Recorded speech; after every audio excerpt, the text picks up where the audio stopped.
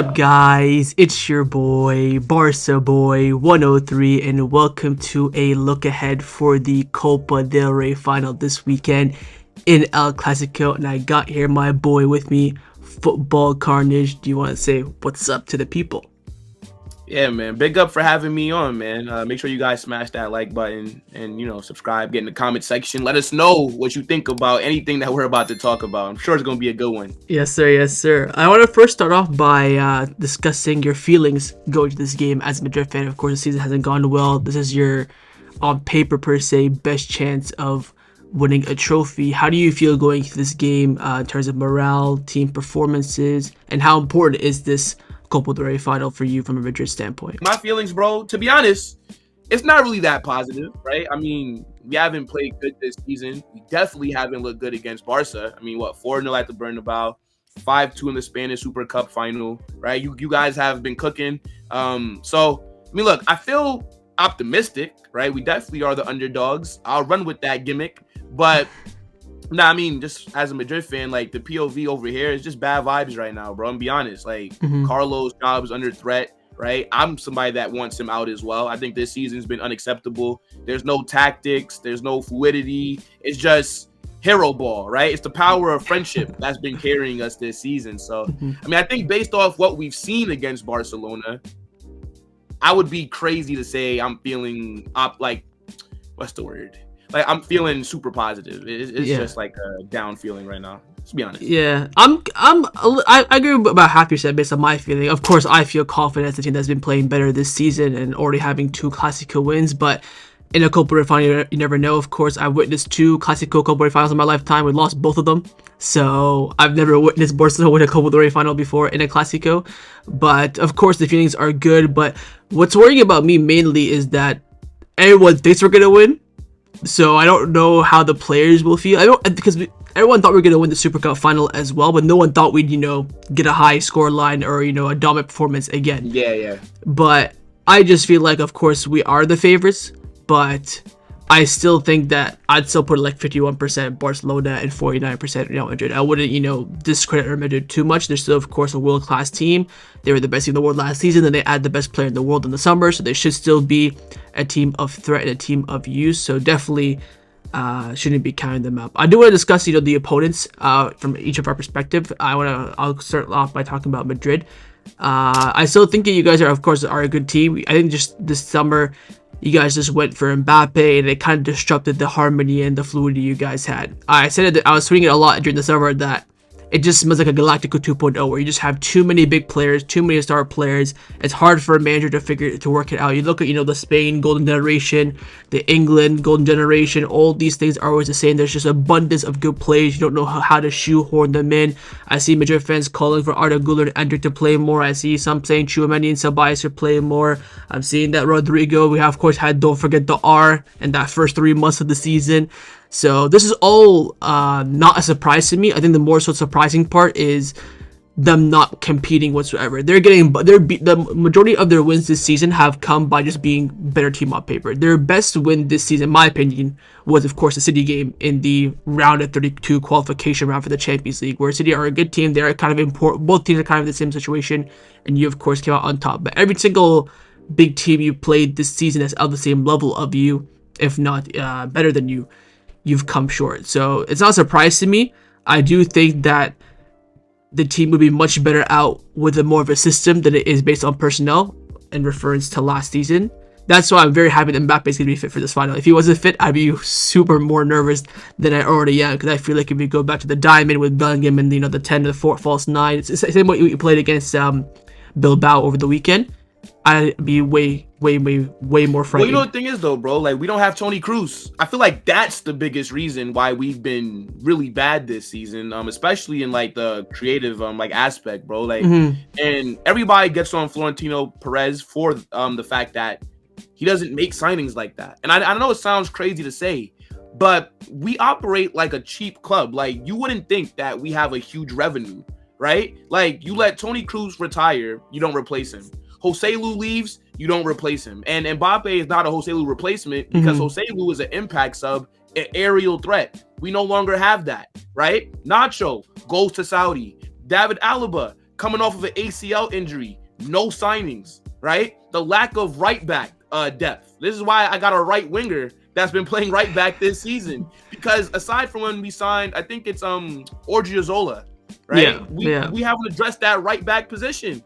So it's just a bunch of different things that I think lead to us being this trash, like what we've seen this season. But at the end of the day, I think Carlo has to hold most of the smoke, because regardless of the team being imbalanced, I still think that we are one of the best in the world. And it's up to him to find out his system, right? Like, this is why he's considered one of the greatest of all time. That's why I agree with you the most, because at the end of the day, it's like you look at last season's team compared to this team, Toni Kroos out, Mbappe in. That shouldn't be a massive downgrade to what you've seen this season, is what I'm trying to make. And that's why people are, look at what's happening over the summer. Oh, this team's unstoppable, they're gonna win their first quadruple, blah blah blah. Barcelona have no chance, because Barcelona kind of said the same crap team, what we had last season. All we did was add Dani Olmo, and all you did was add Kylian Mbappe. So there's a big difference, right? So that's kind of the whole trajectory of how things go. And it's always been the case with Real Madrid. Look at the Galacticos in 2000 and 2009, and then now it's kind of always the same trajectory. There would maybe a couple of trophies in the space of 4 or 5 years, but they won't dominate play. But what are your thoughts on Barcelona this season? Having said that, of course, having poured last season, then all of a sudden now things are changing. Yeah, I think Barcelona, man, look, you guys are the best team in La Liga this season. Arguably, you're the best team in the world, right? Inter Milan. I know that you got something for me. Come on. Well, they got clapped. They got clapped yesterday to AC Milan. Hey, look, man. Look, that Inter team, they got something for us. But it's just Madrid fans that got something. I even see Inter fans saying they're not too confident. They just think, I think Madrid fans just think, Italian team playing a back five, they have a great defense, but the defense has been quite ropey as of late. They haven't kept a clean sheet in forever. Now look, I just don't even want to see you guys make that final, because then I think that you probably will have a very good chance of winning it. So I don't even want to see that a possibility. But regardless, though, Barcelona, you guys are way better than us in terms of style of play. I think the difference is Hansi Flick. I remember when you guys brought in Flick in the summer, and I dropped a video talking about it. I said that this shows that Barcelona are serious, because you don't bring in a manager like Flick if you're rebuilding, right? Like, Flick is a win-now manager, and that's exactly what he's been doing. I think that his tactics have been phenomenal. This guy saved Raphinha's life. Like, Raphinha should be selling CDs in Rio de Janeiro, bro. Like, you guys wanted to sell him for watermelon Arizona and a pack of Skittles. And now this guy is about to possibly win a Ballon d'Or. Like, I feel like that's the difference between Barca and Real Madrid this season. Because I'm going to be honest with you, I think that we have a better team than Barcelona. I agree. Like, personnel for sure. Like, in terms of just my squad, I wouldn't change my squad for yours. But it's like I said, Hansi Flick has worked miracles. He is a phenomenal manager, bro. And the way that you guys are playing, the way that you guys are battering teams, right? Like how aggressive you are. And me saying that I would still have my squad like over yours, that's not as like an insult, right? Like I do rate a lot of your players, like Pedri, fantastic, Lamine Yamal. I like Alejandro Balde. I like a lot of your players are really good. But we saw this same team last season struggle. So what's the difference? The manager. And this is why I want Carlo out so much, because I'm watching us struggle all season, right? We're getting battered in all of our big games. We're not doing well in the UCL. And then I'm watching Barca, more so hate watches, but then I'm seeing you guys cooking. And then I got to go watch Real Madrid and we're struggling. And I'm like, nah, bro, it's not good enough. That was me last season. I think to add to your point really quickly that not only was Flick a difference, but I think all the players as well. The players last season really, really, really underperformed. So I think now they're just performing up their level. That's why the jump is so high, and that's why Flick, like you mentioned, gets a lot of the praise. But I think it comes down to the players as well, just performing to the level they expected. Like last season, you're seeing world-class players drop stinkers week in, week out, and that was one of the main problems alongside the manager. But speaking of the players, I do want to discuss some of the key matchups in this game. For me, the most important matchup I think is going to be the midfield battle. Of course, for our midfield compared to your midfield as well. People say games are won and lost in the midfield, but I just think midfield control, we saw in the first two Clásicos how important they were. You can see Barcelona's quick transition to Super Cup in this Super Cup final. You can see how decisive they were in winning second balls and progressing the ball forward very quickly at the Bernabeu Clásico. So I think that the midfield battle is going to be super, super crucial. What battle do you think will be the deciding factor in this final? Yeah, so I'm not too sure what formation we're gonna run. Because we usually do like the 4-2-3-1, but lately it's been like the diamond. So I have no idea what's gonna happen. I have no idea who's gonna be starting this game. I feel like there's so many different things because we have to make some kind of adjustments because we cannot keep doing what we did the first 2 times that we played you guys. But I think like the one area that I'm looking at is our right wing. More so like who's gonna be your left back, because I know that like Balde is dealing with an injury. So what is it, like Hector Ford or Gerard Martin, I think. Yeah. And that to me would be the weak link in your back line, right? Because Jules Kounde has been one of the best right backs in the world. Kubarsi and Inigo Martinez, very good center back partnership, right? The offside trap, you guys, that high line, I think that we can expose it, right? If Mbappe could stay on side this game, and I think that we could cause you some issues. But that left back is kind of what I'm looking at, because if Balde is not there, if let's say Rodrigo starts on the right, then I feel like we have to kind of play through him, like let him attack the left back. But like that to me is that matchup that I'm looking at for sure. Who would you say for Real Madrid is the player that will decide this game for you? Who do you think is the player that you're looking at saying you're the one that's going to carry this mantle and snatch the treble chances away from Barcelona? Who's that player for you? It's got to be Vinicius. It has to be Vinicius. I feel like the easy answer would be like somebody saying, "Oh, Mbappe," but I'm not even sure if he'll start this game because he is dealing with an injury, right? Like he didn't play against Bilbao, he didn't play against Getafe, he just came back to training. So who even knows if he's starting this match? But it has to be Vinicius. I mean, this guy told us after he lost the Ballon d'Or that he was going to give us 10 times more. He's given me 50 times less in the second half of this season. Now, he played solid against Getafe. I think he played really well against Bilbao. So he's going to come into this matchup off of 2 better performances for what we've been seeing. But he's the guy that I look at as, this is on you, right? Like you have to perform. This is why you're the number 7. This is why you're getting a fat new contract in the next few weeks. These games, you must show up because we haven't seen you for a majority of this season. So for me, it has to be Vinicius who steps up. Like it'd be a great way to shut up a lot of people that's been talking the last night about it. Yeah, I think to be honest, this season, from what I've seen, I think your best player is Valverde in terms of consistency. If I can understand why you would think Vinicius is the kind of game changer for this game. For me, from the Barca perspective, I would say Lamine Yamal. I know that's kind of a boring answer, but for me, there's a lot of reason to it. I say Lamine Yamal mainly for final third output. No Lewandowski. The goals are not a question mark around Barcelona, but they can come from anywhere. And for me, I need Lamine Yamal to start picking up that mantle and scoring some goals. I know he has a very low goal scoring output this season. I think he's on 13 to 15 goals, something like that. Of course, he had Lewandowski in front of him. He's been feeding him. He has 30 assists in Lewandowski. Lewandowski has 30 goals. That's where it comes in. But now, no Lewandowski. Is he going to be feeding Varane? I don't think that'll be the case. I think he needs to step up and take the mantle forward and to score chances. We saw in the Mallorca match this midweek how he missed a few big chances. And he's got to be scoring those against Madrid. So I feel like he'll be the deciding factor. I know that, the defense will play how it does, and the midfield will be as compact and as technical as it can be. I know the Raphinha will be a threat, X, Y, and Z. But I think that we've seen Varane score a lot of goals this season. We've seen Raphinha score. We've seen Olmo score. His goal to, game ratio is fantastic this season. He's played little to no games, but he's scored a lot of important goals for Barcelona. I can think of 3 winning goals in La Liga off the top of my head this season. But Lamine, for me, is the one that I know he scored, of course, in both Clásicos this season. But I think you really need to take a goal scoring step in this game. Where if we're through on goal, we want to create chances. We need goal scoring opportunities. I want to see him be the one that step up and take those chances. Now, of course, you did mention on the weakest links. That was the topic that I didn't want to discuss. You did mention for Barcelona to be our left back in Gerard Martin or whoever ends up playing in that position. I think for me, in terms of Real Madrid, the weakest point for me, I would probably say, if it was to single out one player, I'd of course look at right back. I think that Vasquez can definitely be got at, but the issue we have Raphinha on the left hand side. Raphinha is very much an inverted, left forward. He's not going to be, a touchline. We're going to let Lamine Yamal trying to cook. I think that Valverde will play at right back, though. I can't see Vasquez starting this game. I can't.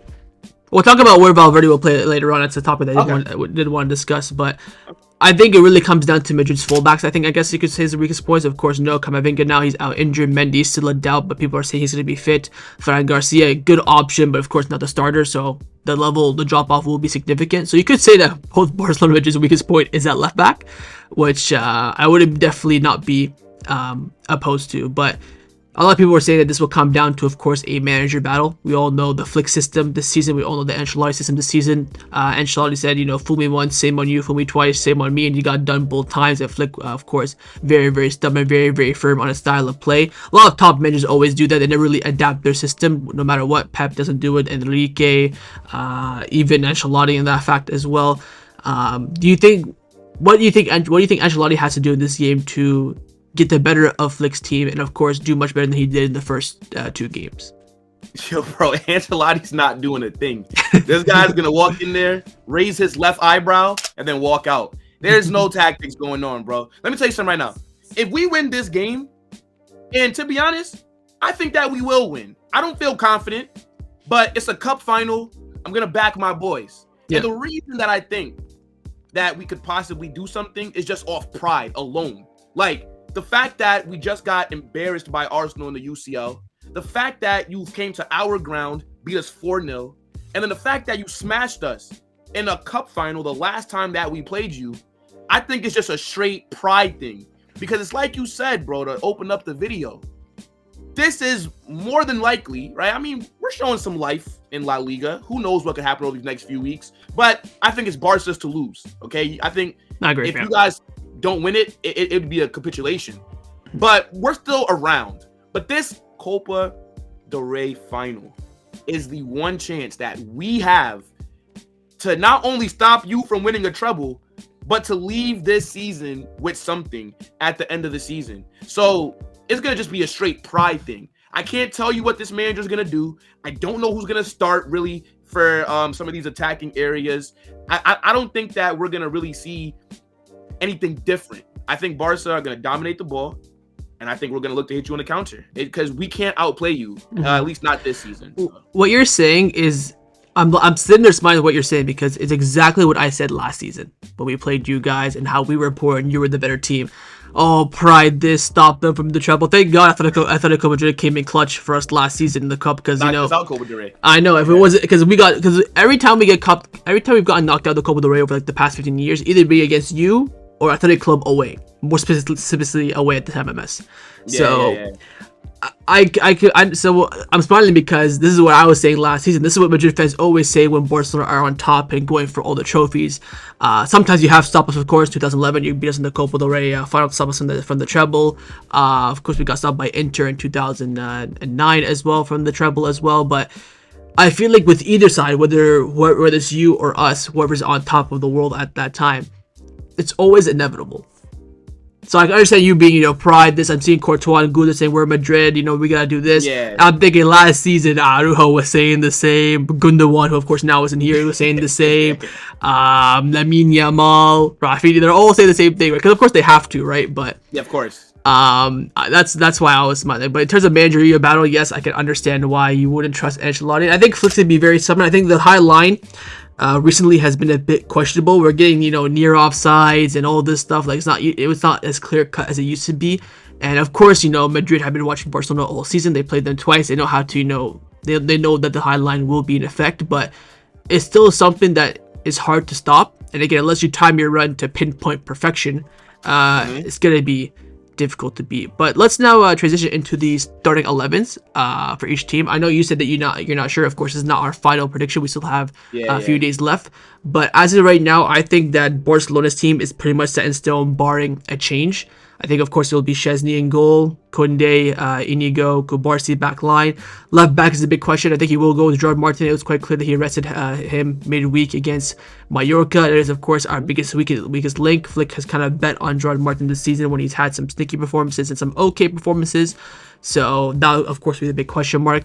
And then the midfield three would definitely be De Jong, Pedri, and Olmo. And the front three will be Lamine Yamal, Ferran Torres, and Raphinha. Of course, there are some people saying that he could go with a false 9. You could maybe see Olmo in the striker false 9, and maybe Gavi in the 10. I don't think he'll put Fermin and Olmo in the same team. I think that's just too similar. You need someone with a little bit more of an engine intensity if you're going to put Olmo at the 9. And of course, a lot of people saying they want to see Gavi start because, of course, he has that hunger, the intensity. Of course, started in the Super Cup one as well because Olmo was injured at the time.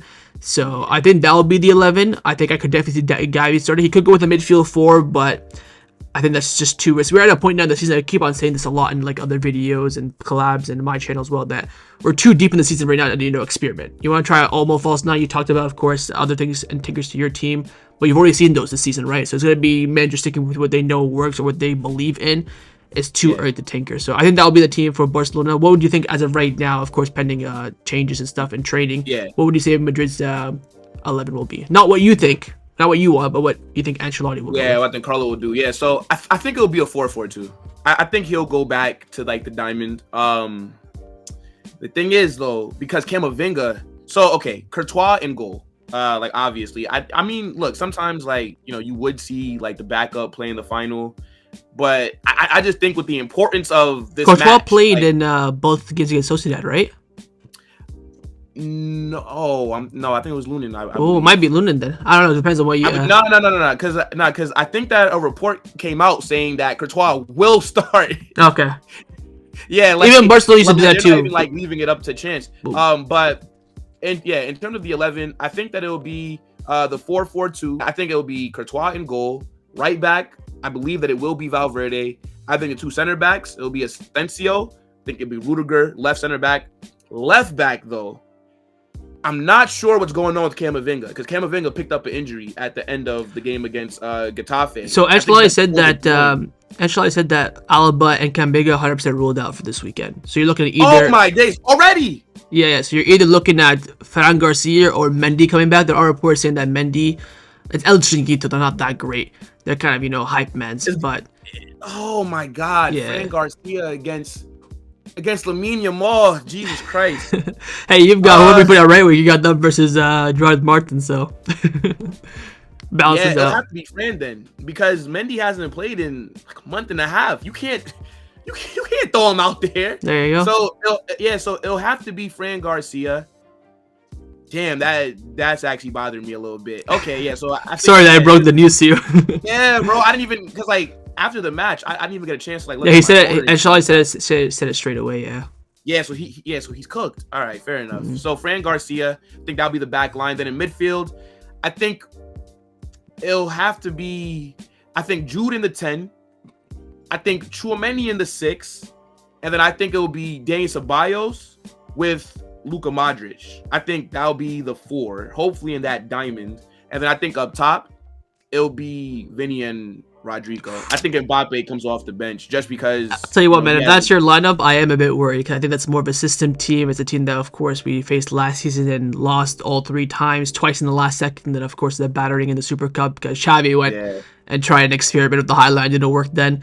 But I hope that Mbappe starts just to provide some unworrying stuff in the team. Most importantly, of course, on quality. You wouldn't be worried that Mbappe starts this game, bro. Like, because you don't think. Like, I mean, of course, the player. You have to be worried about that a little bit. No, of course, the player is fantastic. He's world class. Speed is unmatched. He can get in behind. Great finisher as well. But I'm very much a system kind of person where the system will be completely unbalanced with Mbappe there, Vinny, and then you have one less in the midfield as well. Your right back will have your left back, Fran Garcia, will have no coverage on that left hand side. You have a diamond, you have a midfield 4. Yeah, midfield's there on the left hand side, whether it be Ceballos or Modric to help cover there for Fran, but he'll be more open. So that's how I see it. Of course, player-wise, I was, shitting myself the first 2 Clásicos with that front 3, right? Mbappe, first Clásico, blah, blah, blah. He scored the first 4 minutes being the high line. I'm thinking, oh, brother, he's about to cook us.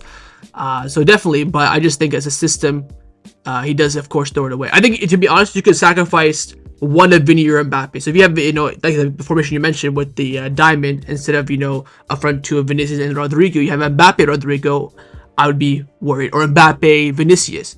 But if you start those 3, that's where I think the system gets thrown out the window. So that's just my perspective.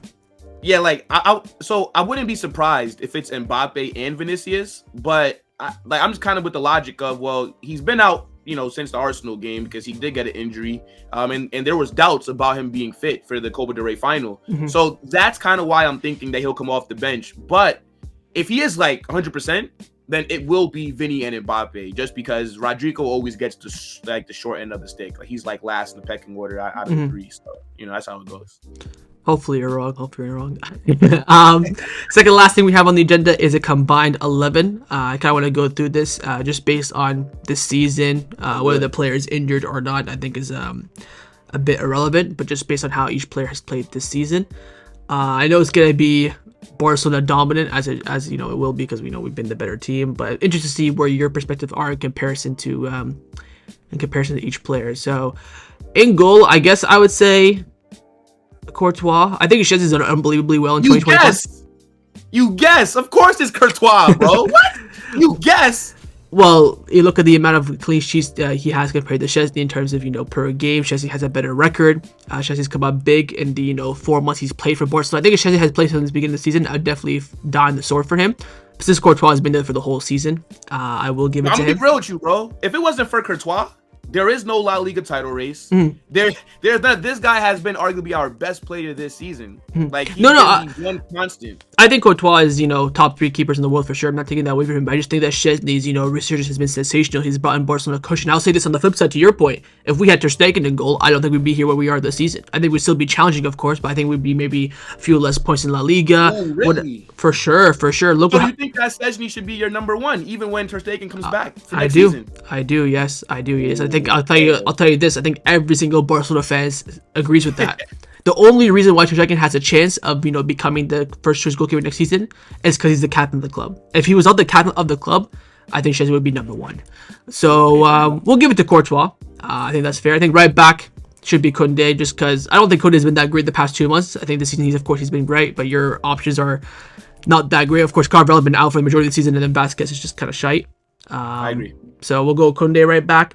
So this is where it gets into a bit of a sticky wicket. I was gonna say initially Rudiger plus one of Barcelona's defenders, but I think it should be both Inigo and Kubarsi. I think what they've done for the season in terms of consistency, big defensive actions as well. You look at Kubarsi's defensive actions in the Champions League, saving us in key moments. Inigo in the past few La Liga games, that tackle against Celta, which people say should have been a red card, and that's topic for a different day. The tackle against Leganes as well. If you look at the data sheets as well in terms of aerial duels, pass progressions, and stuff like that, they do top it. I think Rudiger was definitely in that conversation, especially in the first half of the season, but I think the last few months he's been really shit. From what I've seen, again, I only watched Madrid. Just this season he's been pretty mid. I mean, the only defender that I would make an argument for is Asensio. Don't break up the pedo in this, man. Come on now. Let's keep it 100. Come on. Bro. Let's keep it real. Come on. Don't do that. Look into what's going on, okay? Like I think Asensio is not even involved. I think Asensio is an okay. I think he's a good defender with a lot of talent. He's our best defender this season by far. For sure. I think that's more so to do with how poor you've been defensively. But I think Asensio has definitely been overrated by the Madrid fans because of the jealousy towards Barcelona and their center back use that they brought through. I think it's nothing to do with that. It's nothing, bro. No. I mean, like, you're gonna overhype your player. I'm gonna overhype my player. Bro, but it's not about overhyping. He's a very good defender, and because I don't watch our academy play. So like when Militao towards ACL, I thought it was over because I'm thinking, it's Jesus Vallejo that's gonna go in there and we're cooked. But Asensio comes in. And then this guy immediately instant impact, and I didn't realize how good on the ball he is and his passing as well. I think Asensio has the chance to be a staple for Real Madrid. For sure, I just think that we've seen the past 2 months now in those big games he has mistakes in him. I'm looking at the game against Arsenal. Fair enough. Made a few mistakes there. I think even the Atletico Madrid game, he got cut out quite a bit in key moments. I just think Inigo and Kubarsi have just been so consistent throughout the whole entire season. And if Rudiger did semi-decent in the past 2 months, would definitely give him the edge because I really do rate what he did in that first few months. But I think he's kind of dropped off a hill lately. And I won't argue with you about the back line. And you can just put Balde there as well. You want to skip the Balde? Okay, fair enough. We don't even have to talk about the left back situation. In terms of the midfield, what formation are we running here? We'll do a 4-3-3. It's like the traditional kind of combined 11 lineup. Tchouameni. Stop that. Tchouameni, bro. Because I would say Valverde in the 6th, then Pedri in the 8th, then Olmo in the 10th. Hold on. There's only one Barca midfielder that could talk to my midfield, and that's Pedri. So you'd put what? Daniel was not better than Jude. I don't think he's been better than Jude this season either. I mean, I might give you that because I think Olmo's just been so inconsistent in terms of his injury. I think if he was way more fit, he would have a much better challenge. Of course, Casado's injured. I think Frankie de Jong would definitely be in this team come the end of the season. I think he's had a really good 3 months, but again, it's only 3 months out of the 7 or 8 we played. Yeah. So you know what, you could see it at center back. So I'll concede here. I'll go with Bellingham, Valverde, and Pedri. Okay. I think that's a fair. I think if Casado was playing more consistently, he'd have more competition. He's out, of course, 2 months, and then got dropped by De Jong for like a month before he got injured. I think De Jong has been sensational this year. Of course, he had a couple of stinkers against Dortmund. I just think the system was all over the place, and of course, the moment of Barcelona. You guys still want to sell him? Huh? I said, do you still want to sell him? Personally, or what the club is gonna do? Well, like, what do you think is gonna happen this summer? We're gonna renew his contract for sure. I think. Okay. Yeah. I think Flick's been a big fan of his from the beginning, and now that we're seeing Frankie in this team, you can see how well he does play. And once this year, when because again, remember he was the big game changer in the first Clásico when he came out at halftime for Fermin, because he ended up putting Pedri in the 10 because again Olmo was injured, but he absolutely cooked and he was the game changer. I think Frankie sees the system so well. And then now that he's not too scared about his ankle, he has a bit more freedom to play. And of course, the fear now is completely gone. So you see him being back to his regular self. I think he provides a lot more than Casado. Of course, Casado great defensively, great in the 6 in terms of interceptions and defensive actions. But he has a better all-round game. I think he will be there come the end of the season, but we'll go with that midfield 3. Front 3, I mean, there's no way I'm putting Vinicius in the team. Like on the right. There's no way I'm putting on the left. That's the winger sorted right there. The strikers, we can have a talk though. Okay, so we'll based off this season, right? It's not just based off in general. It's just this season. Just this season. Yeah, so this season, it's got to be Raphinha on the left, Lamine on the right. I'm not going to even argue. I think Vinicius is better than Raphinha, like as a player. Yeah. But this season, it's Raphinha. I got to be real. And then I don't think that we have like Rodrigo. He's my favorite player at the club. I think he's a baller, but he's not really a right winger, right? He's being forced to play there. And I just think that Lamine Yamal is just talent. I think he's already one of the best players in the world. So Rodrigo doesn't get in over Lamine Yamal. I agree. The strikers is a bit of a sticky wicket because both of our strikers have been very inconsistent this season. I think one has been more consistent than the other. I would say Lewandowski, of course. I mean, leading the Pichichi, he's got 40 goals at the age of 36 this season. I think Mbappe, January, February, was absolutely unbelievable. And that's why I was very scared going to that Super Cup. I think he had a great 2 months. Opening 3 months was crap. Last 2 months haven't been great either. I know he's gotten some goals in La Liga. Atletico, both games didn't turn up. Arsenal, both games didn't turn up as well. So I think Lewandowski, of course, he's had some great games and games where he hasn't scored goals. Barca fans do rage at him in terms of his performance, his stamina. I think he gets a lot of overhate. I mean, he's a couple goals in the Champions League away from me for being, a club legend. Definitely top 3 greatest strikers the club has ever seen. Maybe top 5. Maybe I'm being a bit harsh there because you have, of course, you have Cesar, you have Eto'o, Suarez. And he probably comes 4th or 5th to be honest. 100 goals in 3 seasons is crazy. Yeah, you add a treble to that. You want the double, of course. So I would say Lua, but what's your perspective? I mean, I'm gonna lean towards Mbappe. I just think that Lewandowski is a little bit washed, bro. I'm gonna be real. In terms of his performances, it's like you said.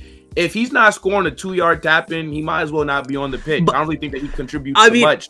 Here's the thing, right? This is the real sticky part about this debate because I could say the exact same thing for Mbappe. Because if he doesn't score, he looks washed. I mean, the perfect example of that is the remontada push in the Arsenal game where he didn't score, dropped an absolute stinker because he couldn't get in behind.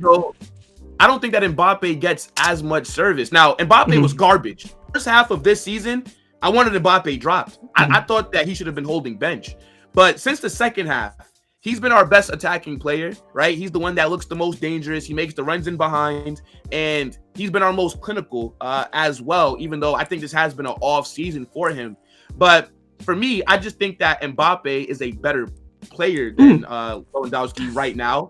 I think that he would be more impactful than Lewandowski. Like if Mbappe, in my opinion, was in a team that just had a better system, which we don't. Like Barca's team, for example. Like he would be top of this Golden Boot race. And I mean, like, look at his impact that he's had for us, despite us being so poor. Like he has been making an impact, and he probably will be the record breaker for most goals in a debut season by a Real Madrid player. So Here's where I win this debate. You said for Vinicius and Raphinha that Vinicius is a better player, but Raphinha's done better this season. I think that should coincide with what Lewandowski is, right? Of course, Mbappe is a better player, but I still think Lewandowski from August until now, April 23rd, he's had a better season than Mbappe. I think he's been more influential.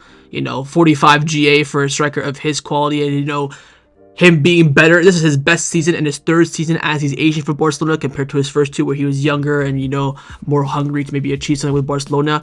The system suits him so well, and he's having a big impact. And now we're seeing that Lewandowski is not in the team or, scraping by games and, struggling to score when he was missing. So I think it should be Lewandowski with that being said.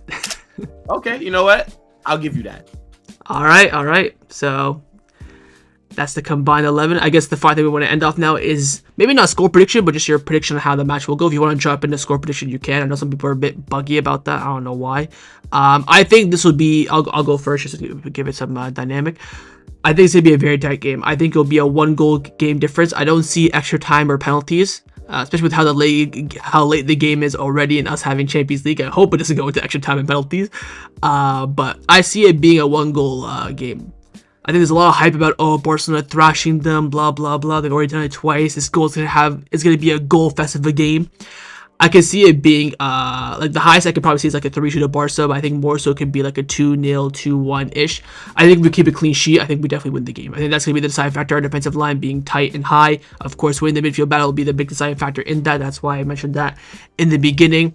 But I just struggle to see how Barcelona have scored goals from. I think it'll rely heavily on Raphinha. Will Varane come big, or will it, what I said, like I mentioned at the beginning, will Yamal come in clutch and, create some goals? I think I will give it, of course, to Barca, since we know it's my team and we have been the better team this season, but I think it'll be a lot tighter than people expect, especially with you mentioned that you're going to go with a diamond. I think you're going to have a better system. We, of course, didn't play the diamond in the first 2 games. We put the front 3 of Mbappe, Rodrigo, Vinicius, and, of course, Bellingham in the 10, although he did play kind of as a right mid in the Bernabeu Clásico, but I'll go with a tight win for Barcelona. What are your thoughts? Yeah, I think in terms of game flow, I think that Barcelona are going to be the better team. I think that you guys are going to look like the more dangerous team as well in terms of chance creation, possession. I think that you guys would dictate the tempo of the game. I think that we'll kind of look to soak up the pressure. And then I think that we're going to have to hit you on the counter. And with Vinicius and possibly Mbappe, Rodrigo, whoever, or Jude, the pace that we have up front, it should be able to hurt you. It just depends on your offside trap, which has been very successful this season. And hopefully, a guy like Mbappe would have learned from the first El Clásico, and I think this guy almost broke a record for the most offsides. But I think that Barca on paper will dominate us. But I agree with you in terms of score. I think it'll be very close. I told you, I don't have anything to go off of this season that makes me think that we will win this game. So I'm just going with it's like you said, the players. We're Real Madrid. It's a cup final. Barcelona are leading in La Liga. They're into the UCL semis, and now they have this to play for as well. I mean, we have to be there to make sure that you don't win a treble. Mm-hmm. And this might be the only chance of us getting a trophy at the business end of the season. So for me, it's just a straight pride thing. This to me is the biggest game of our season now that it's here. And if we lose this game, you might just end it. You might the next few weeks to end off the season, it's all irrelevant now. Because I feel like the momentum would just be gone, right? I feel like the players wouldn't even be feeling motivated to even keep, giving 100% in these La Liga matches. So the ripple effects of a loss here could be catastrophic. So we have to go out there and win this game. And it's just strictly off of pride that I think that we will get something. All right, that is the look ahead of the Copa del Rey final. Hopefully everybody enjoyed this video. If you did, of course, make sure you drop a like down below, subscribe as well if you haven't already. Check out, of course, Football Carnage. His link is in the title and in the description. We'll have a video on his channel coming out soon as well, and we'll wait and see who's going to be the happy camper this weekend. And only time will tell. We'll have the bragging rights in Spain. But thank you for joining me. Of course, if you haven't done so already, make sure you subscribe down below if you haven't already. And we'll see you guys next time on the channel. Take care and Forza Barca.